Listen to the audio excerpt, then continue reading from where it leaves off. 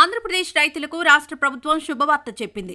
ధాన్యం కొనుగోలు చేసిన 24 గంటల్లోపే రైతుల ఖాతాల్లో డబ్బులు జమ చేయాలని పౌర సరఫరాల శాఖ మంత్రి నాదెండ్ల మనోహర్ అధికారులను ఆదేశించారు.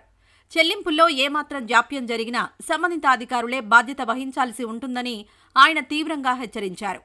ఖరీఫ్ ధాన్యం సేకరణపై రాజమండ్రి కలెక్టరేట్లో మంత్రులు నాదెండ్ల మనోహర్, కందుల దుర్గేష్ అధ్యక్షతన సమీక్షా సమావేశం జరిగింది. ఈ సందర్భంగా నాదెండ్ల మనోహర్ మాట్లాడుతూ రైతులను ఇబ్బంది పెట్టే చర్యలను సహించబోమని స్పష్టం చేశారు.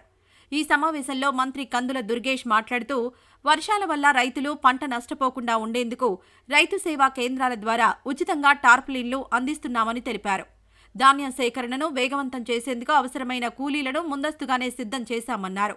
తేమ శాతం 17 దాటినా మానవతా దృక్పథంతో ధాన్యం కొనుగోలు చేయాలని మిల్లర్లకు సూచించినట్లు మంత్రి దుర్గేష్ వెల్లడించారు. రైతుల ఖాతాల్లో నగదు సకాలంలో జమ అయ్యేలా పటిష్ట చర్యలు తీసుకుంటామని ఆయన భరోసా ఇచ్చారు.